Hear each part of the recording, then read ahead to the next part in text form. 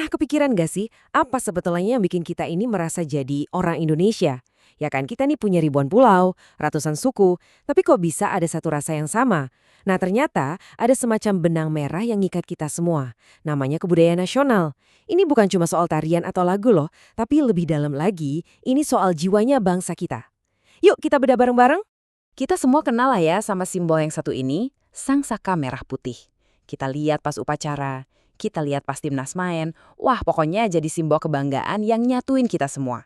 Tapi pertanyaannya, apa jati diri kita cuma sebatas itu aja? Ternyata, di balik warna merah sama putih ini ada lapisan-lapisan makna yang jauh lebih kaya dan mendalam. Nah, ini dia pertanyaan utamanya. Sebenarnya apa sih yang ngebentuk jiwa sebuah bangsa? Apa gitu resep rahasianya yang bikin Indonesia itu rasanya, ya Indonesia banget, beda dari negara manapun di dunia? Oke, untuk nemuin jawabannya, kita bakal jalan-jalan singkat nih. Pertama, kita coba pahami dulu budaya sebagai jati diri itu apa. Terus, kita bongkar dua fungsi kebudayaan yang mungkin selama ini nggak kita sadari. Abis itu, kita telusuri akar budaya bangsa kita. Dan terakhir, kita lihat gimana Pancasila bisa jadi semacam kompas atau inti nilai budaya kita. Udah siap? Yuk kita mulai? Oke, kita mulai dari pondasinya dulu ya. Jadi pas kita ngomongin jati diri bangsa, sebetulnya kita itu lagi ngomongin soal budaya. Tapi, apa sih kebudayaan nasional itu? Apa semua budaya yang ada di Indonesia ini otomatis jadi budaya nasional? Coba kita lihat. Menurut pakar budaya Koncaraningrat, ternyata nggak semua budaya bisa disebut nasional loh. Ada 3 syaratnya nih. Pertama, harus diakui dan dianut sama sebagian besar dari kita. Kedua, harus punya ciri khas yang bikin kita bangga, sesuatu yang bisa kita tunjukin ke dunia. Dan yang paling penting, budaya itu harus jadi semacam lem yang ngasih kita identitas bersama. Saya suka banget nih sama pandangannya Ki Hajar Dewantara. Beliau tuh ngebayanginnya kayak puncak gunung. Nah, puncaknya itu kebudayaan nasional kita, kelihatan megah dari jauh. Tapi puncak itu gak mungkin ada tanpa gunung di bawahnya, ya kan? Gunung itu adalah ratusan kebudayaan daerah yang jadi fondasinya. Jadi budaya nasional kita tuh bukan sesuatu yang tiba-tiba ada, tapi saripati dari kekayaan daerah. Purbacaraka makin memperkuat ide ini, tapi pakai analogi yang beda. Kalau kebudayaan nasional itu ibarat pohon yang rindang, maka akarnya harus nancep kuat ke budaya suku-suku di seluruh Nusantara. Coba bayangin, tanpa akar yang kuat dan macam-macam itu, pohonnya pasti gampang tumbang. Nah inilah fondasi kita yang gak kelihatan tapi kuat banget. Terus, Sanusi Pane nambahin bumbu yang paling Indonesia banget. Kata beliau, budaya kita tuh bukan cuma soal benda atau tarian, tapi juga punya rasa. Harus ada sentuhan spiritualnya, ada kehangatan perasaannya, dan tentu aja DNA-nya bangsa kita, semangat gotong royong. Inilah yang ngasih jiwa ke kebudayaan kita.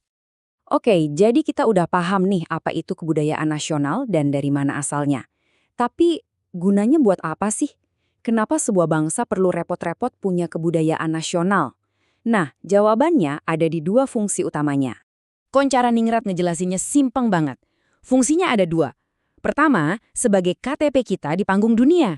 Inilah yang bikin kita dikenali sebagai orang Indonesia. Kedua, dan ini yang lebih penting buat di dalam negeri, fungsinya sebagai perekat yang memperkuat solidaritas. Walaupun bahasa lisan kita beda-beda, budaya kayak gotong royong misalnya, itu dipahami dari Aceh sampai Papua. Itulah yang nyambungin kita semua. Nah, ini nih yang membawa kita ke jantung keunikan Indonesia. Kalau budaya nasional itu puncaknya, terus bahan-bahan buat ngebangun puncak itu datangnya dari mana? Jawabannya ada di akar budaya bangsa kita. Nah, ini poin yang sering banget disalahpahami. Banyak yang mikir budaya daerah itu saingannya budaya nasional. Padahal sama sekali bukan, justru kebalikannya. Budaya daerah itu sumber mata airnya. Tanpa aliran dari ratusan budaya daerah yang unik-unik itu, sungai kebudayaan nasional kita bakal kering kerontang. Coba deh lihat angklung. Alat musik dari bambu yang suaranya indah banget ini kan lahir dari tanah Sunda di Jawa Barat. Dulu mungkin cuma dikenal di sana aja. Tapi lihat sekarang, getaran suaranya udah bergema di panggung-panggung dunia sebagai simbol harmoni dari Indonesia. Ini contoh sempurna gimana mutiara lokal bisa bersinar jadi ikon nasional. Kekuatan kita tuh memang ada di sini, dalam keberagaman. Contoh lain yang luar biasa ya batik. Coba dipikirin, Ada batik parang dari Jawa, batik besurek dari Bengkulu, batik cendrawasih dari Papua. Semuanya beda, punya cerita masing-masing, tapi pas disatuin, mereka jadi mozaik indah yang kita sebut batik Indonesia dan bahkan diakui dunia sebagai warisan budaya. Keren banget kan?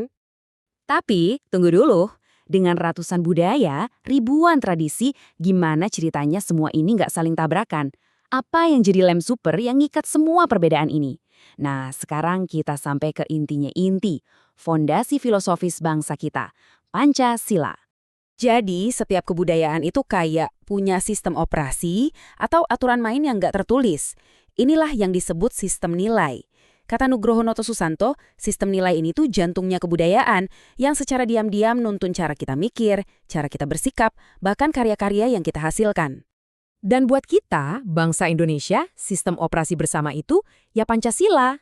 Jadi Pancasila itu bukan sekedar teks hafalan loh, ia itu semacam filter nilai yang kita pakai, sadar atau enggak, buat nyatuin semua keberagaman budaya dari Sabang sampai Merauke. Dan yang paling ajaib dari sistem nilai kita ini adalah prinsipnya, kesatuan dalam perbedaan. Ini kayak paradoks yang indah gitu.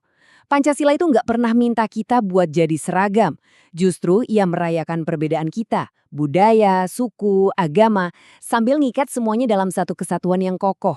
Inilah esensi dari semboyan kita yang abadi, Bhinneka Tunggal Ika. Jadi sebagai penutup saya mau ngajak kalian mikir deh. Selain angklung sama batik, kira-kira harta karun dari daerah mana lagi ya yang udah atau punya potensi jadi wajahnya Indonesia di mata dunia? Jawaban dari pertanyaan ini bukan cuma sekedar daftar, tapi jadi pengingat betapa luar biasanya kekayaan jati diri kita.